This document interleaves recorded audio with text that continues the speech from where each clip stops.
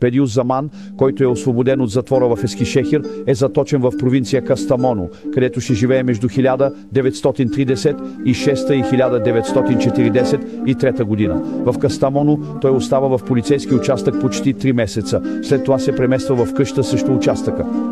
През този 7-годишен изгнанически живот той е отровен многократно. Той ще продължи да създава рисале и нури тук.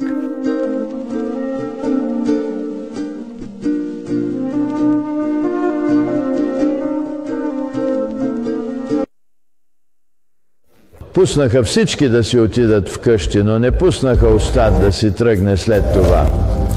И изпращат уважаемия учител отново в Кастамоно като войник. Имам предвид като изгнаник. Там в началото той дори остава в полицейското управление в Кастамоно за няколко месеца.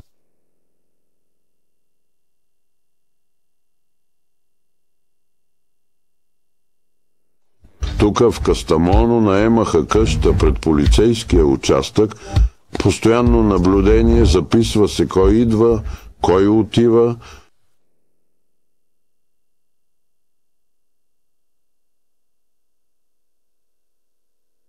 С изгнанието на Бала, също така, Кастамоно и околните райони, по-специално части от Западното Черноморие и Централна Анатолия, също са включени в тази мрежа.